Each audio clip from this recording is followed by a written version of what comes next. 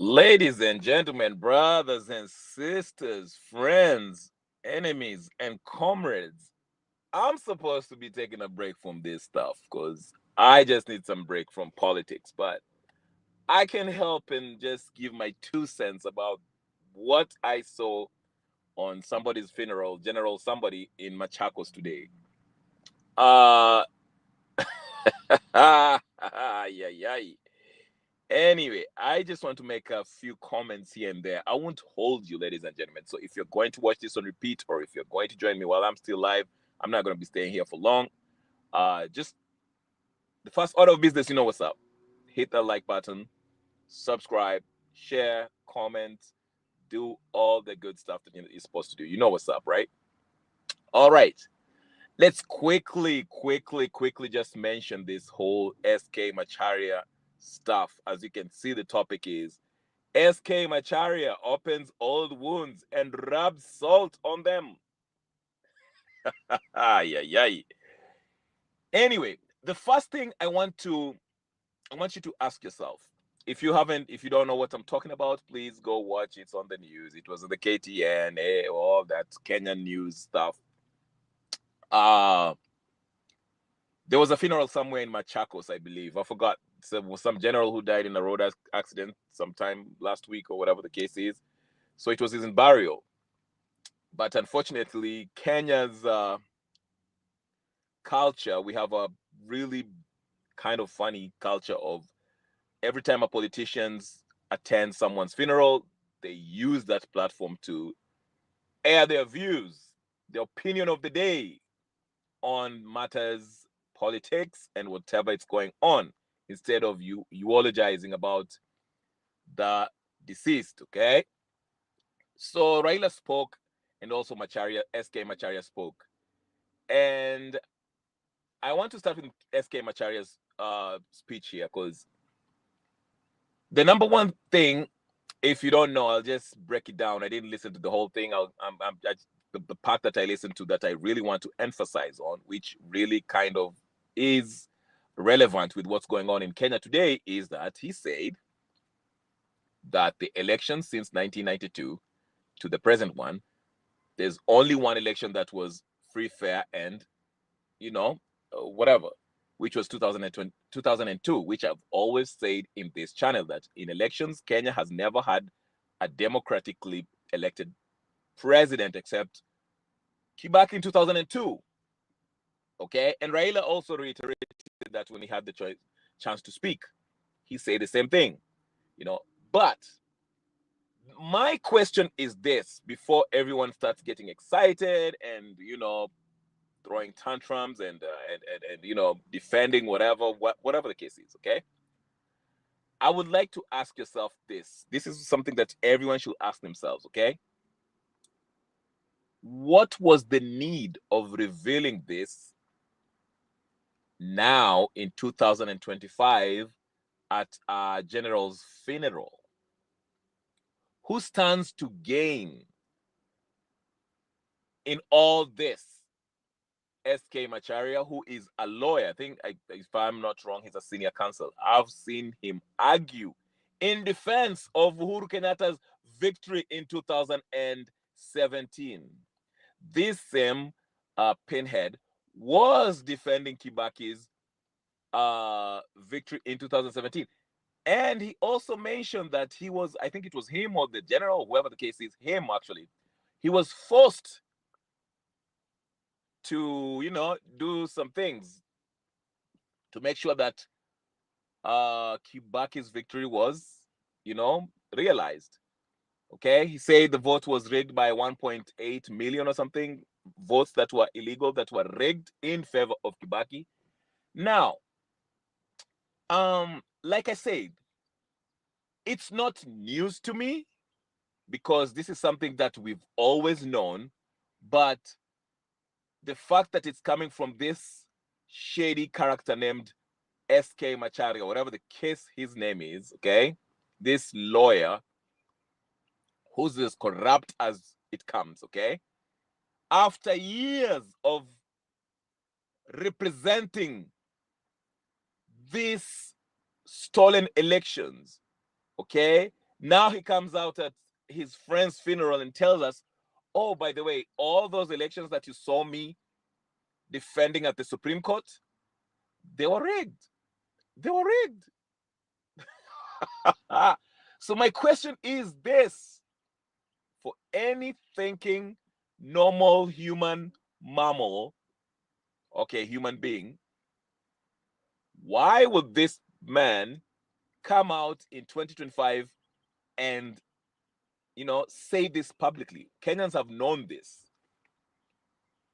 And who stands to benefit from all this? Like, who gets the clout of this?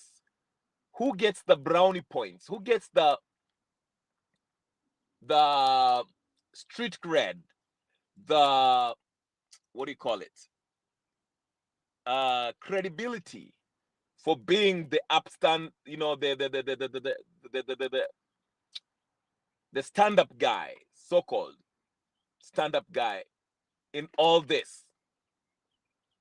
It's Raila Amolo Odinga. You see what I'm saying? Macharia said something that we've known all along, that all these elections has always been rigged. Now, I will get to the Raila Odinga part in a bit. Just give me a second. I'm about to go. First of all, SK Macharia. Hi, Pritika Pahura. I hope you're doing well. Please like the video, guys. SK Macharia made it very clear that him and Raila Odinga have been friends for a long, long time. Okay, they've been friends for a long time, even through this whole Supreme Court drama after every election. They still maintain their friendship. So if you have a lawyer who was representing the losing side, the people who are rigging these elections, and is still friends with Raila Odinga, does that not tell you something about Raila Odinga and SK Macharia and this whole system? That's the first question. Now, I want you to think for a little, because I know a lot of people are all full of what? Are full of emotions. Kenyans don't really want to think through things. They just come out and, oh, the Raila side now are coming out and saying, you see, Raila won. Raila, ho, ho, ho. Raila, hey, Raila. Of course. Let me break it down to you, ladies and gentlemen, brothers and sisters, friends, enemies, and comrades. Raila last weekend suffered a humiliating experience at Kisii Shabana Stadium, whatever the case is, where the Shabana FC supporters were chanting loudly in front of him, saying Raila must go. They did not want no parts of Raila's bullshit. They did not want to listen to his speech. They didn't care for his speech since he have joined Ruto.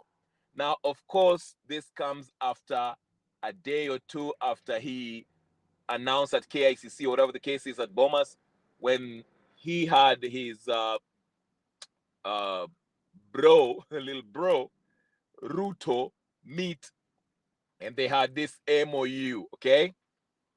This MOU is kind of, it's a bunch of nothing, okay? But the whole point of having this MOU thing at the KICC was basically to show the country that Ruto is down with Raila. Raila is down with Ruto. They are Chanda na Pete. They are now in a political agreement. They are, they're buddies. They're working together. That's all it is, okay? Because everything in that MOU, I don't know, the implementation of NADCO and all that nonsense that comes, that were 10 point whatever, all of that is something that's already is addressed in the Constitution. We don't need that MOU. But they say it's an MOU between ODM and UDA.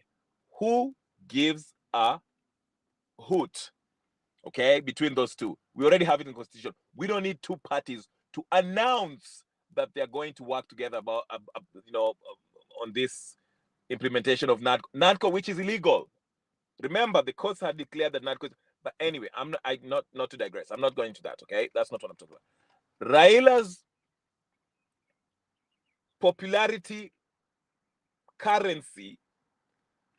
Raila's popularity is at an all-time low. Are you listening to me, ladies and gentlemen, brothers and sisters, friends and comrades? Raila's popularity since he came to prominence has been of late, especially after, shaking hands with Ruto in this broad-based government, has been at an all-time low. Lower than it was when he had a handshake with Uhuru Kenyatta. Okay? This is a historically, Raila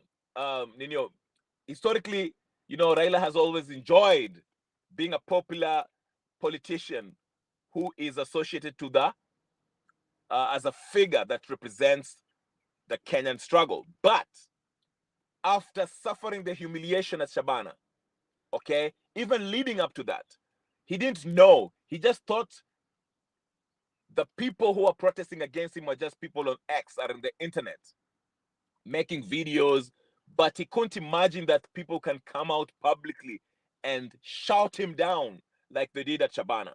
So this is also a shocker to Raila Odinga. Okay? So Raila is at a spot where he's not used to. He's used to enjoying the majority of support from the Kenyan people.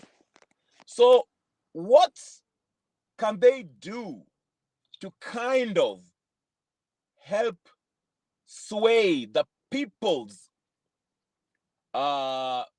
opinion to see that Raila is this legitimately freedom fighter who's fighting for Kenyans? That move that he made to shake hands with Ruto is just an MOU between two whatever, but Raila is still fighting for Kenyans. What can they conjure up to help sway Kenyans to think that Raila is still this opposition figure, this guy that is still fighting for the freedom of Kenyans? Exactly. Raila is too much. They had to come mention this. So they used this platform, this general, I think it was a major general, whatever the case is, this guy that was deceased, the burial of this general at Machakos, and brought in Macharia, SK Macharia, who's a lawyer, who is a proponent of the deep state, has been for a long time, made his millions, okay, defending the oppressive regimes that have always rigged every elections in Kenya. This Macharia, the senior counsel, okay? So them being friends, as they told Kenyans at that funeral, Macharia, Raila tells Macharia, hey, listen, buddy, can you come in that funeral? I'm kind of in, my popularity currency is down. Nobody really cares about me. They're associating me with Ruto and they want us both gone. That's why he kept on asking, Nataka Raila ende, because he knows the people of Kenya do not want, are tired of him. They're done and dusted. They no longer want to hear anything from Raila. They're done with Raila. They're over him. So, for him to try to win back the few gullible people, he sought help from Macharia and was like, hey, listen, you're a guy who has worked for Uhuru Kenyatta, worked for Kebaki, and even Ruto. You've worked to support their illegitimate victory in the past elections. Why don't you come to this funeral? Because I need you right now, because I'm not popular at the present time. Please come explain to Kenyans how elections have been stolen away from me since 1992 to this past 2022. Can you please do me that solid? And Macharia was, sure, Baba, I'm all about money. My name is Macharia. I will, bend over for the highest bidder. Whoever pays me, I'll do their bidding. Okay? So Macharia also, on top of that, since he's part of the deep state, Raila is part of the deep state, they're like, okay, deal it is. So Macharia gives a 23-minute speech eulogizing, not about the dead, but gives us a history of the past elections on how Raila's victory has been stolen. What is this supposed to achieve? What is this whole 23-minute speech by SK Macharia designed to achieve? What is it? What are they trying to achieve? What was SK Macharia trying to achieve by telling Kenyans about the past victories by Raila that he was denied? What was he trying to achieve? It's not that complicated. This is designed to play in your subconscious or to your conscious to make you think, you know what? Raila is actually a stand-up guy. He is the guy who kept this country together because he had this victory stolen away from him, but he's always offering himself to work with the government of the day so that things can run smoothly. That's why in Raila's response, once that guy from Muranga, whatever, came in and say, Raila, if you want to become president, please work with Gachagua and Kalonzo and all the other idiots. Raila's response was, you don't know where I come from or we've come from. Because this Kenya could have gone to civil war, but, basically telling him this, basically saying that, the reason I don't need Rigathi Gachagua to win elections, I've always won elections, okay, but they've rigged against me. But me being Raila, the savior of Kenya, Saint Raila, I've always offered myself to the illegitimate president of the day, came into a handshake for the sake of peace in Kenya. That's basically what Raila was saying. And that's why, if you take what Macharia's speech was, you remember he even said, what I'm about to say might end up making me get abducted. Of course, he was throwing shade at Ruto. The whole point, the whole thing was designed to paint Raila as this statesman, this guy who always enters into handshakes for the sake of peace in Kenya, because nobody else, Kenya cannot have peace if it wasn't for Raila shaking hands with the president of the day, who most likely stole elections from him. That's the whole point of all this nonsense. You get what I'm saying? Are you catching what I'm saying, ladies and gentlemen? Please do not forget to like the video. Like the video. I want you to get it. Get it one more time. The whole mess, the whole reason why Macharia gave us a step-to-step historical rigging of every election since 1992, with the exception of 2002, was to paint Raila as the guy who has always have his victory stolen away from him. But since he's a statesman, he always chooses to shake hands in a peaceful way to save Kenya from civil war, because he is Saint Raila Odinga, And without him, there cannot be peace. And that's basically, it's a way of indirectly justifying his reason for entering into a handshake with Ruto. He even gave an analogy of saying that we came far, where the lion had the teeth and the claws. And if you said mwe, ndani. And now the lion is a kibogoyo, has no teeth. Throwing shade at Ruto, saying, Ruto, yes, he's the president, but you know what? I got him by the balls. I got him by the balls because I'm Raila Odinga. He needed me. Remember last week he told us he needed me. He came to me. I didn't go to him. I am Raila, Saint Raila. You see the level of narcissism, the narcissistic nature of Raila Odinga, the hubris. So basically, he's trying to, this is his reply to the people of Kenya who are angry towards him, do not like him for the decision he made, who are tired of his handshake projects. His response is basically, listen, I'm bigger than Kenya. Kenya needs me. I'm a statesman. I'm the saint.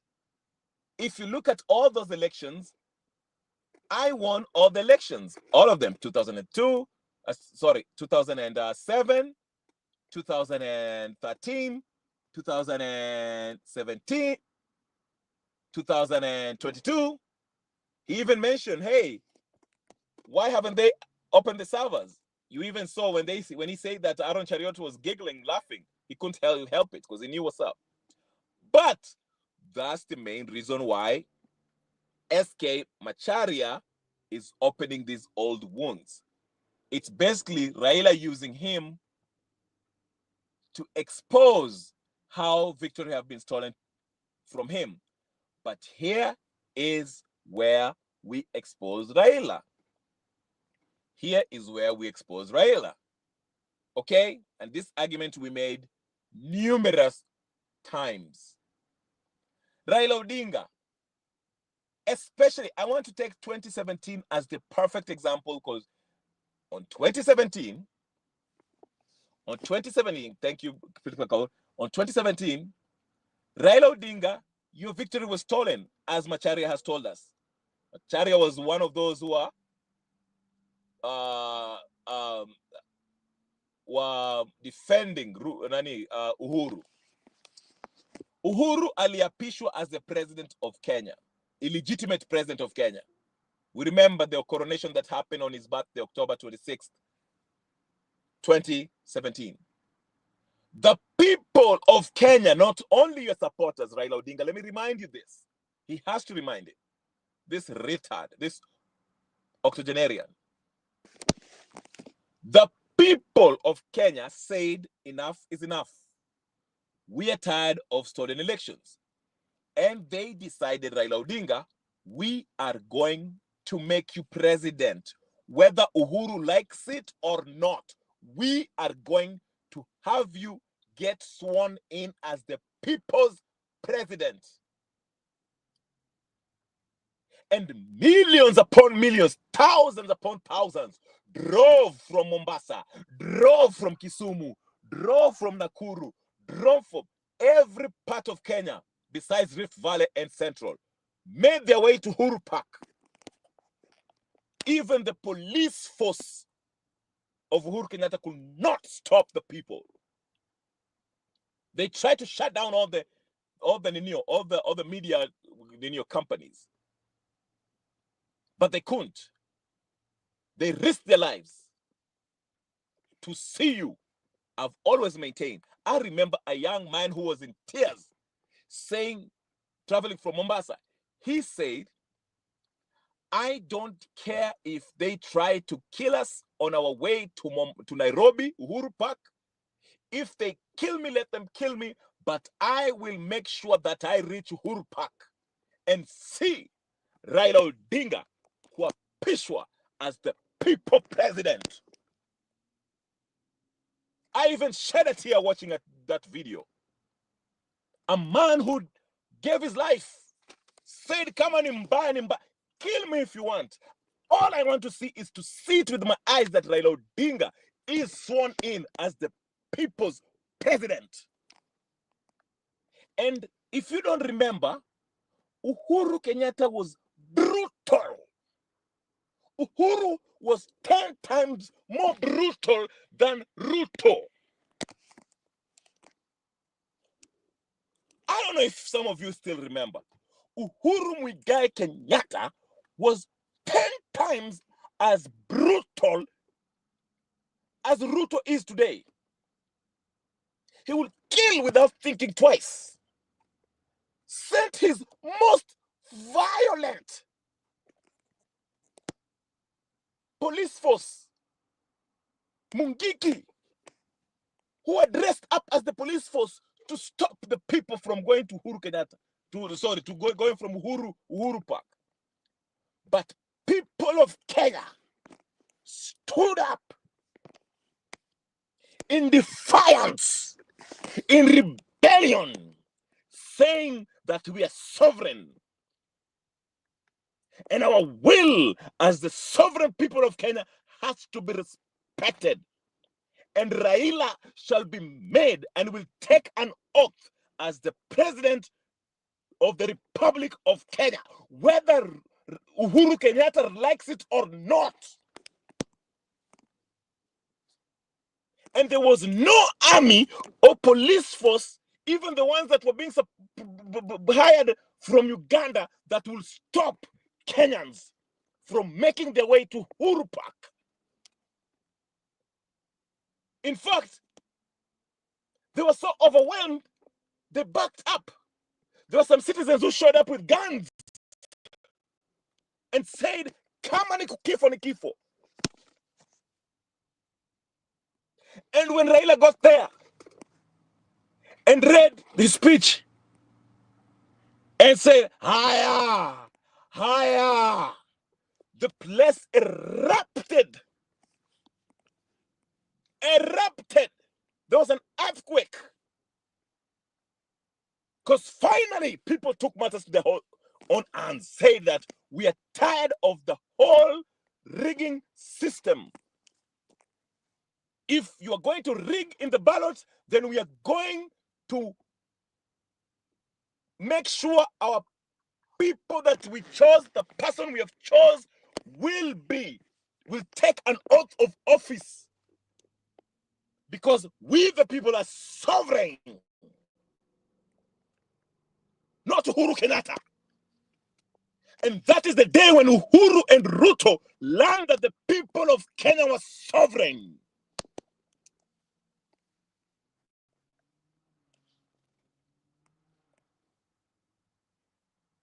But this corrupt octogenarian called Raila Odinga turned his back on the sovereign people of Kenya, who gave their blood and tears, their money, their resources, to see him sworn in as the rightful winner of the 2017 elections.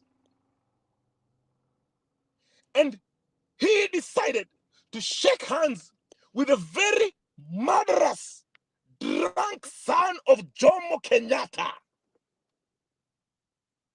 who through Mungiki and Maina Njenga were gunning down the people of Kenya.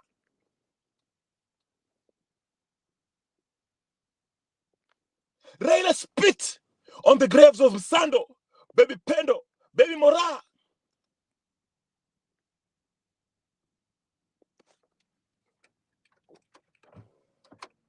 This is what Raila Amolo Odinga did. So for him to come in 2025 and tell us that he won all these elections but was denied victory, he needs to find a folded chair and find a corner where he can sit quietly and shut the fuck up. Because he stood to gain after millions of Kenya voted for him and even forced him to take an oath of office. And he turned his back on them. And never have they found justice since then.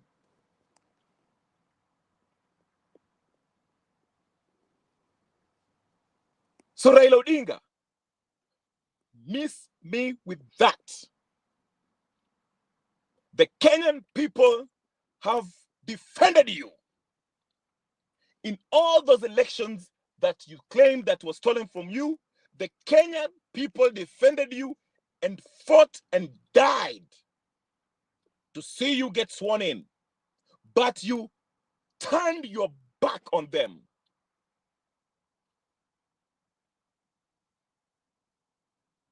So all those stories that you're telling us, now that we have discovered that your whole modus operandi is about handshakes. You lose the election, you join the loser.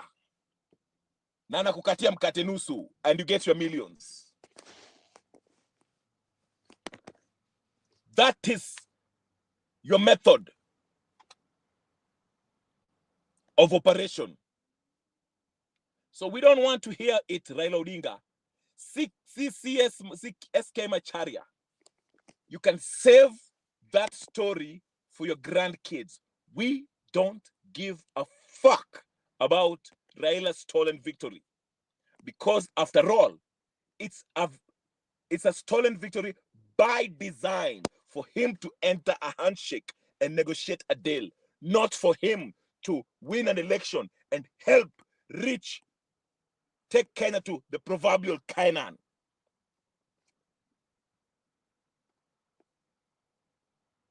And to our dear friend, Martha Karua, I cannot finish without finishing Martha Karua. Martha Karua, you old ugly bitch. How do you feel now when you said you are defending a stolen victory? Macharia, who is your friend, Martha Karua, you punta,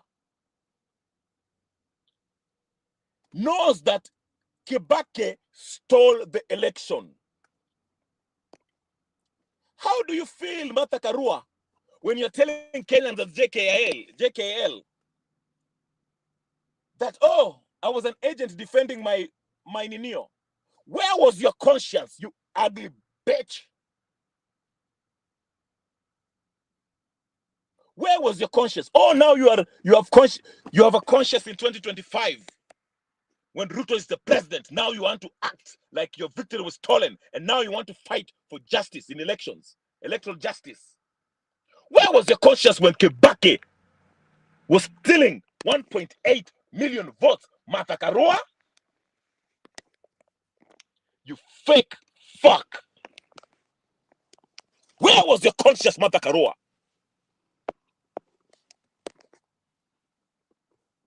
Tell us. I don't care about the silly interviews you give and say, oh, Ruto is this. All of you are like Ruto. All of you are no different from Ruto.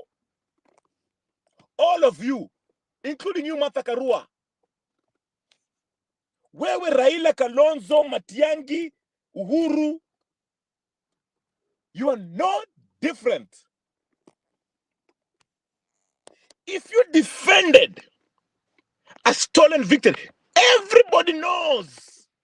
Macharia, who is an insider, is saying it in public that Kibaki's victory was stolen by 1.8 million votes. He knows.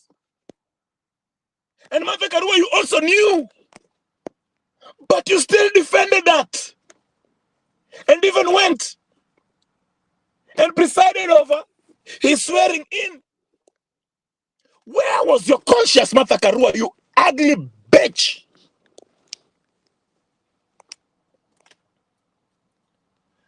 2025 when you want to act, unavaa kitenge ya purple. Unajifanya ti mama. Ati amfo sijui nini. Sijui nini. Electoral justice. Kera, Iron Lady. Matako yako wewe. Umbu wa mwitu. Useless. Where was your conscience, Martha Karua?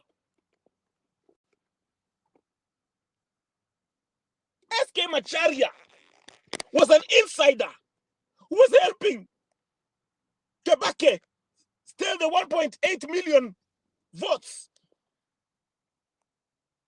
So you knew, Karua. Martha Karua, where was your conscience? You ugly witch. Na hizo macho zako zimekodoa kama za chura. Horrible to behold. 2027 unakuja hapa ati unatuambia ati sasa wewe ndio ati sasa Ruto ndio mbaya, ati Ruto ndio mbaya, ati sasa tutafute electoral justice. Ati tumeibiwa kura 2027. Martha Karua, tell us. Give a video. Kuja utupatie press conference utueleze. Where was your conscience in 2007 if Macharia, SK Macharia knew that you stole the election by 1.8 and the intelligence community told you that to declare Kibaki president will make the country erupt into chaos, violence. But you still proceeded and did that. Na watu wakakufa. Halafu unakuja 2025 na hiyo macho yako umekodoa kama macho ya chura. Wewe Martha Karua, you evil witch, you tribalist bitch. 2025, you're pretending that you're fighting for electoral justice at the People's Purple Party. Sijui na Kenya. Nguruwe wewe. Malaya. Paka shume. Umbu wa mwitu. You're no different from Raila Odinga. You're no different from Kalonzo Musyoka. You're no different from all of them. If you're no different from Ruto.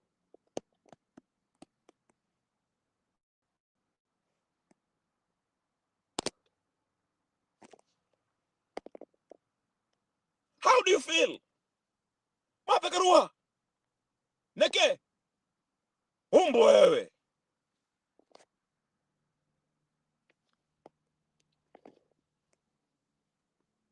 You are the reason why Kenya went up in the flames. You are the reason why you put your people in danger in Rift Valley.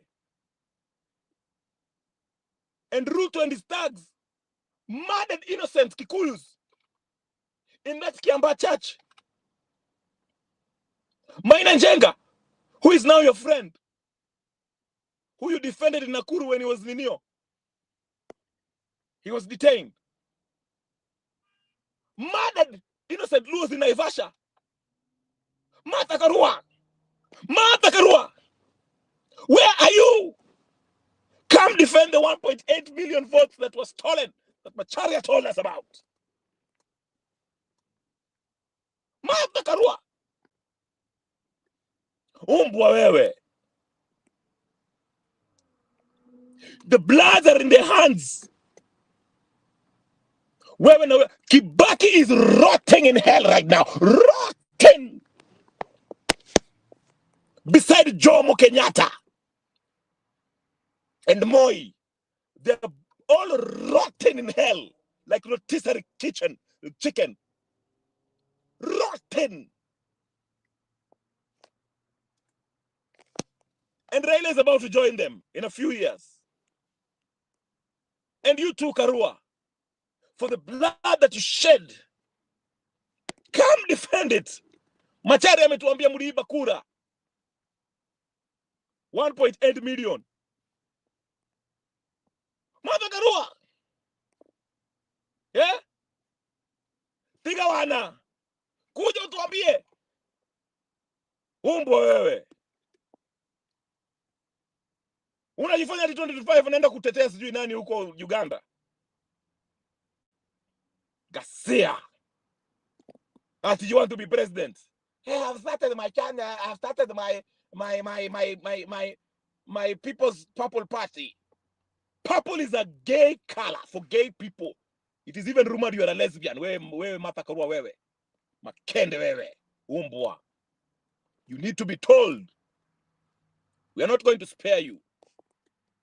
When the justice, ile siku tutachukua Kenya hii, haki mtajua nyinyi. Wewe Martha Karua wewe, mtajua hiyo siku nyinyi. Wewe Raila Odinga, Uhuru, Musalia Mudavadi, Ruto, mutajua. Maina nje mutajua. Kabogo. Kabogo. Mutajua kunyongwa ni nini. And we are not going to kill you quickly. We shall torture. Martha Karua, what do you have to say if Macharia is telling you? Yeah? Neke? Umbwa wewe.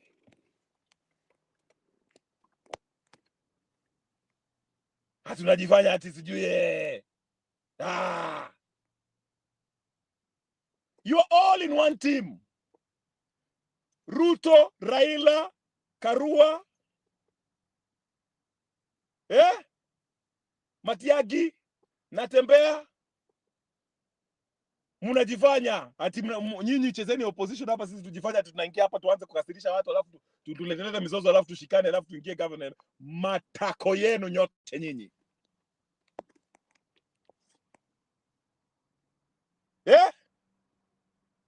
Macharia alituambia Macharia, an inner person who somebody was in circle ya Kibaki. Ametuambia leo mliiba 1.8 million votes. Na Karua wewe ulikuwa umesimama hapo na ile macho yako imekodolewa, umekodoa macho. Kama ile monitor, ile lizard, that lizard that has red head. What do you call it? Ulikuwa unataka kupigana hapo hata kidogo, upige orengo ngumi hapo KICC. Ukijua kura hiyo imeibiwa. Defending thievery. 2025 umevaa kamisi ya purple. Unatuambia ati sijui Purple Party. Ati unataka kuwa president, ati wewe ndio umepigania Kenya. Umepigania Kenya gani wewe? Malaya wewe. Umbwa. Kenya gani umepigania wewe? Si ulionekana na ninyo bishop fulani ulishikwa nayo. Uweze hata kushinda governor huko pale umetoka. Umbwa wewe. You've caused suffering in Kenya. You've caused a lot of death in Kenya. You've made your million through corrupt deals. Wewe Martha Karua. Wewe Martha Karua.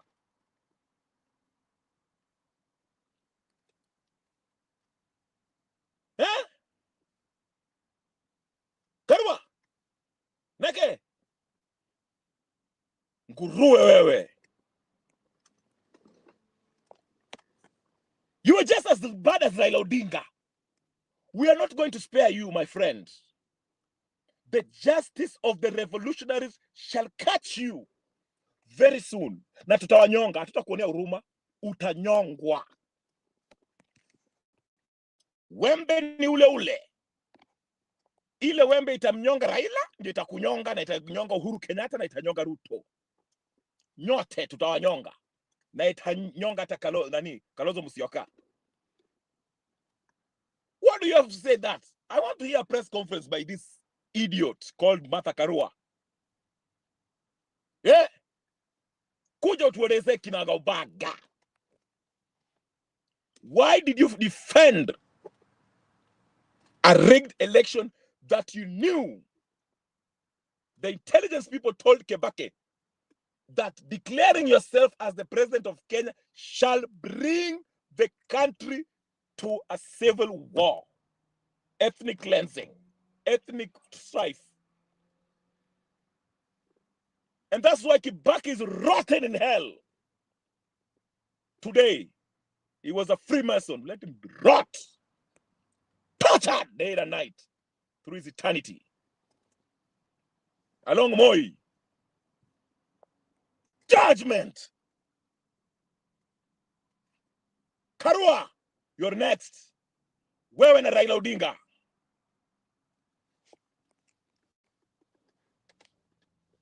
Defend it. Karua, defend it. I'm going to write you an email. In fact, I will call you. I have your number, Karua. I'll call you. I found your number through. Wewe, goja. Unajua mjui. I've been reached out. Somebody from the intelligence. Watu wako na connection reached out to me. Mimi nakwambia, people reach out to me. They saw my channel and they reach out to me. I don't even know these people.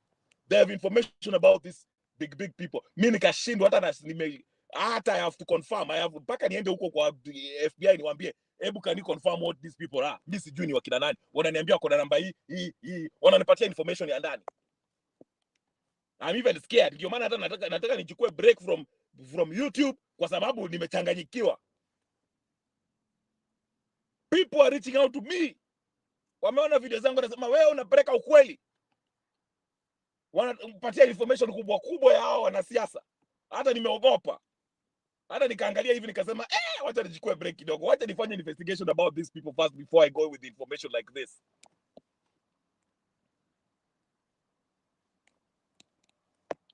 Karua! Neke!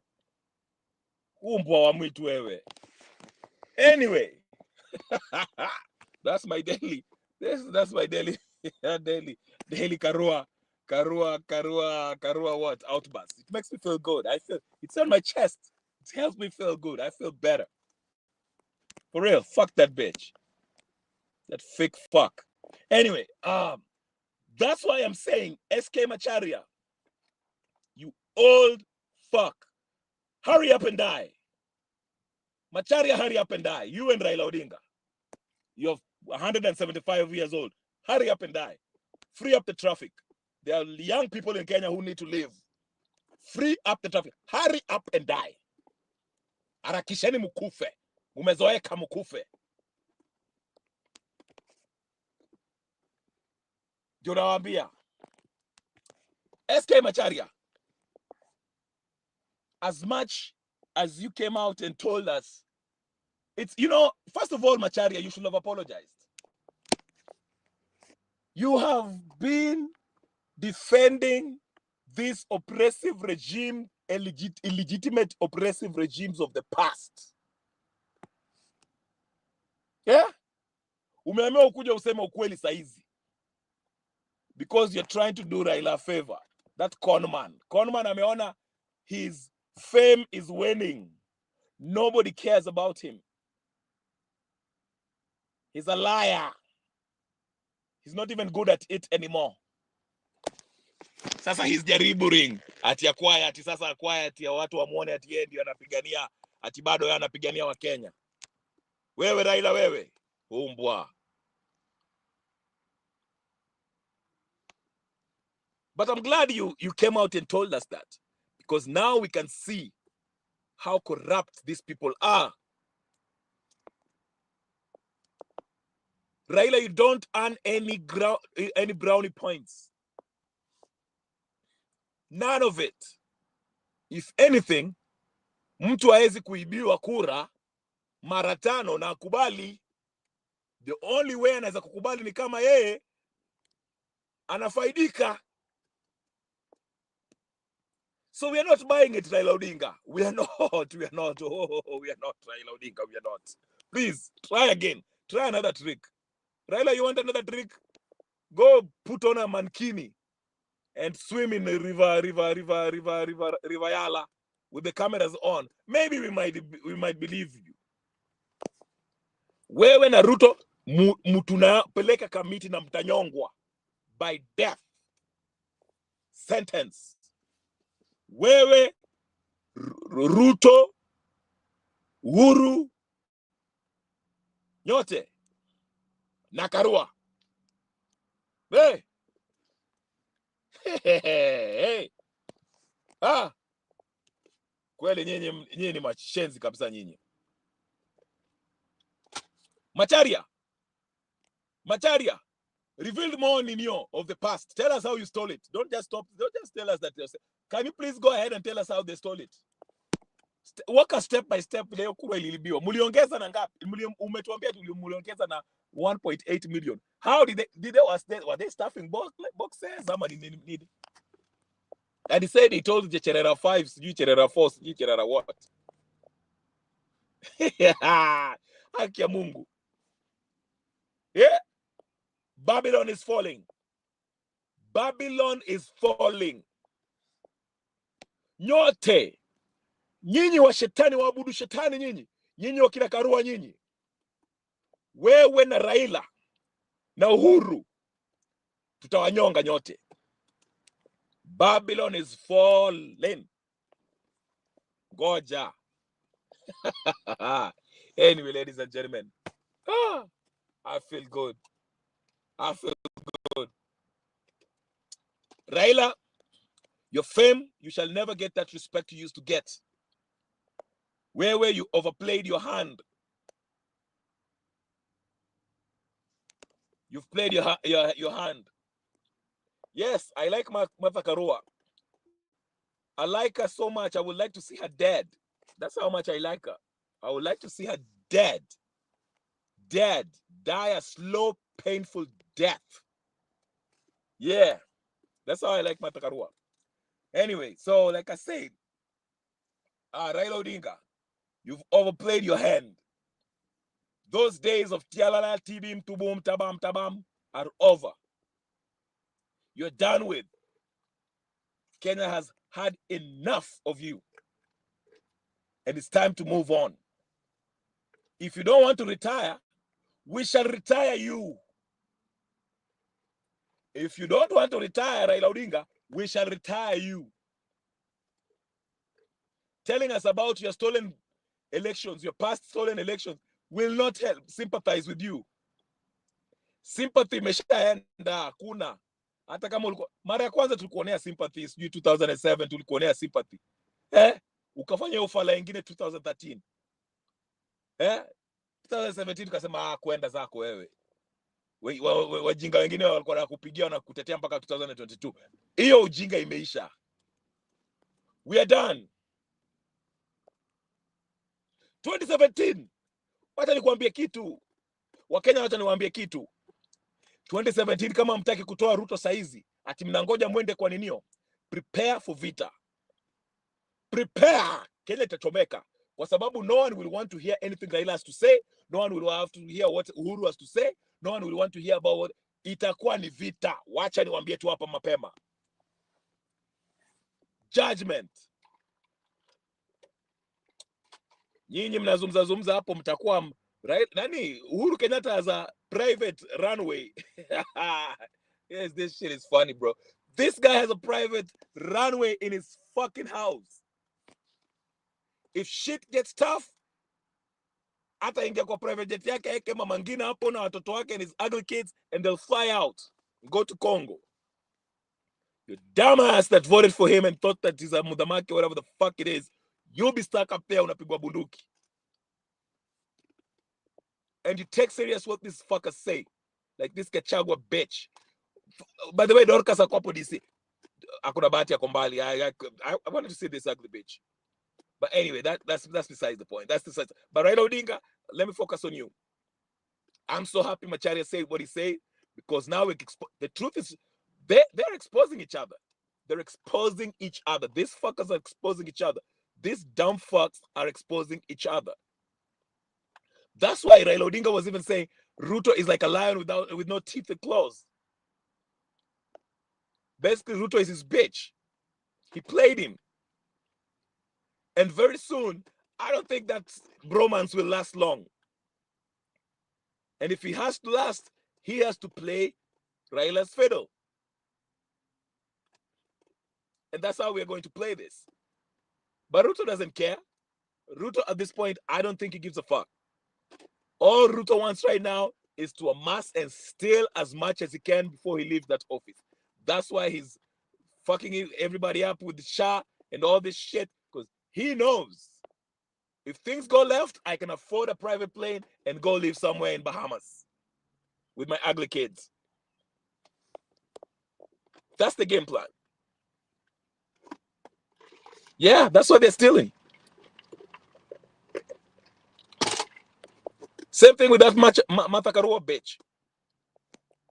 That bitch is probably fucking Museveni. If things go left, attend Uganda. That's why you see I go into whatever. Yeah. Ujipange, they know. If things go left, and it will go left, if we go to elections, which I tell it's already rigged, as soon as they announce Ruto ameshinda ni wengine, bang. 2007, all over again. All over again. Sasa hizo ndo mtaanza kutafuta Gen Z. Gen Z ni wako wapi Gen Z? At that point there will be no Gen Z. 2027 tukifika, if we go to election, a year election, that sham election, if it to be held in 2027, there will be no Gen Z. This will be straight up and down tribal clashes, up and down. Hakuna mambo ingine. That's where we're heading. So remove these shitheads right now, or wait for a tribal clashes in 2027. Soon as Ruto is declared the president. Which way do you want it? Do you want it now or later? Because either way, we are going to have bloodshed. Ruto will not leave that seat in peace.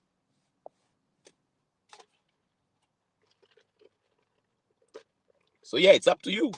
It's up to you. Choose now or choose later. This is like an this is like a 401k with the IRS. Do you want to pay your taxes now or you're going to pay now when you're cashing out? That's where we are in Kenya. How do you want to do it? Would you rather take out Ruto now through a popular revolution where we're still, relatively speaking, we're peaceful? We use these Gen Zs to take out this Ruto and all this legislative body? Or we can wait and go through these sham elections in 2027 and have a straight civil war. Because that's what's going to happen. At that point, we'll not have Gen Zs. There will be no Gen Zs in 2027. No. Itakuwa wale watu people who are associated with Ruto and the others. Yeah, whether it's the Rigathi people versus the Ruto's people. Take your lie. Take your poison. Which one do you want? Nataka kuwana VP. How do you want to kill yourselves? That's how it's going to happen.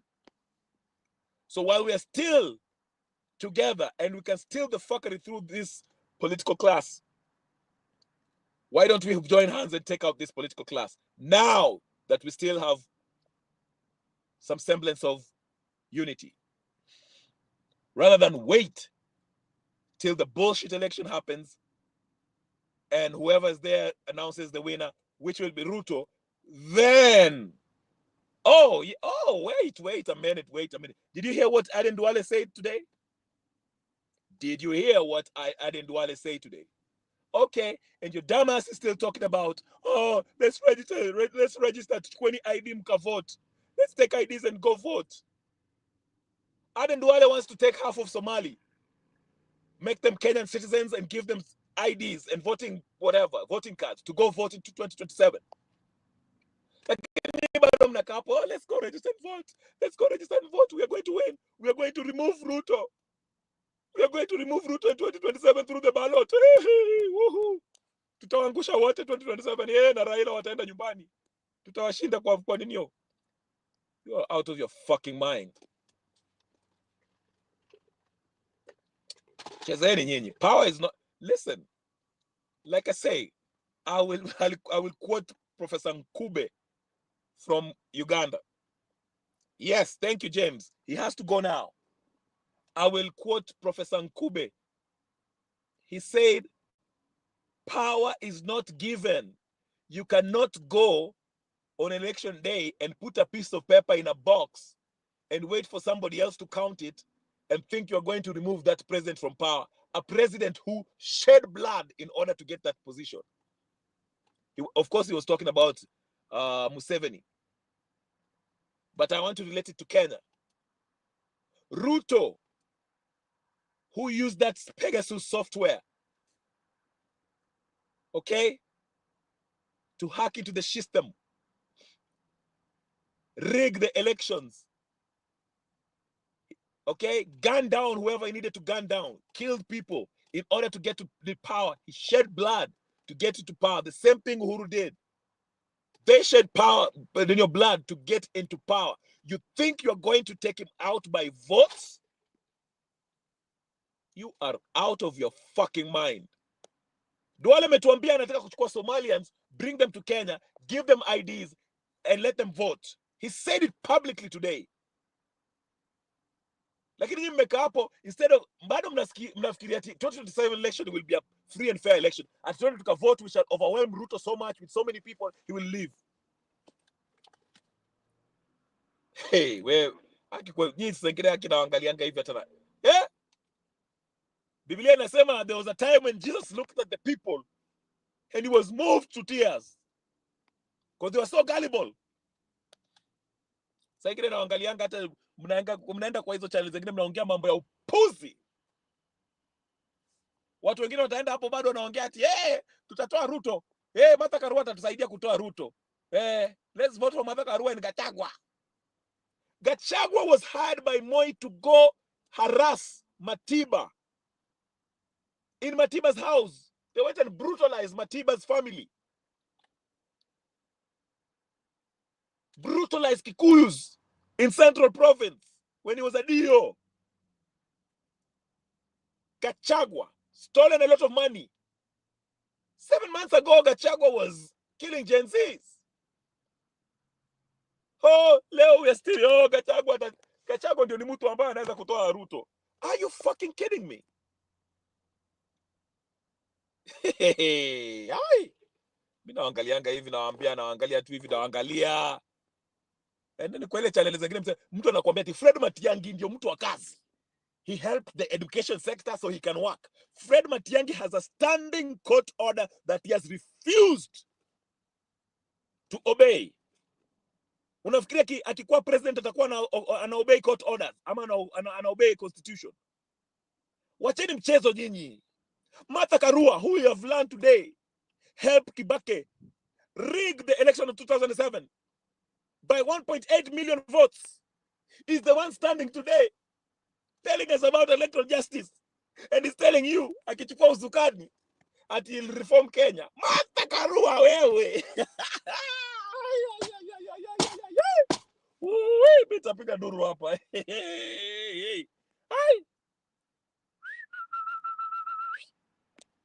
Hii ndio mchezo mnataka kucheza hapa.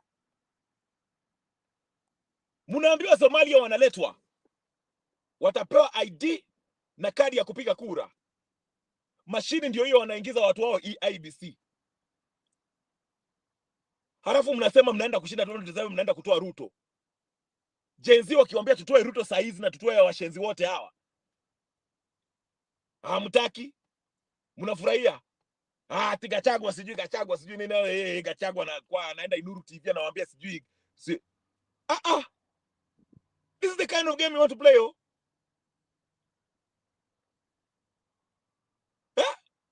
Natembea, who was the sijui was Trans Nzoia, alikuwa PC sijui ndio PCAP. Alikuwa na change watu huko.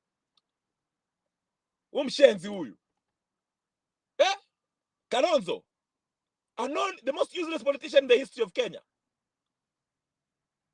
Son of perdition. Blood clot, bombo clot. Wacheni ujinga nyinyi. Wacheni ujinga na hizo ninyo zenu. And you spend 5 hours in your channel talking about nothing. Mnafikiria ati Raila ndio conman peke yake? Mnakoniwa si Raila peke yake, mnakoniwa na hawa watu wote wako kwa matako ya Raila. There is one WhatsApp group. Sisi tunasema tuwatoe wote, nyinyi bado mnataka kucheza ati sijui Gachagua, sijui Karua, sijui Matiang'i, sijui Natembea. Wewe. Wacha niwachie hapo kabla nishikwe na hasira. The more I talk about it, the more I cannot. Wacha tu niwache na hapo. Please, mkitaka msubscribe, unsubscribe, mfanye vile mnataka. Mimi wacha nilipata simu kwa watu wengine ambao wananiambia wako na namba ya Karua, wako na namba ya watu fulani, wananiambia tumependa channel yako, tunakupatia information na hata nikanyamaza, nimeushikwa na uoga. Wala nichukue break. Tuongee siku nyingine. Mkiangalia hii mweke kwa ninio, muongee kwa hilo channel zenu hizo zingine muendeleshe na mweke like na mweke button na mambo mengine. Let me leave it here. Mukae na Mungu na muombe. I'll see you guys later. Share, like, comment, subscribe, all that good stuff. And put your notification on. I'll see you later. Peace and blessings.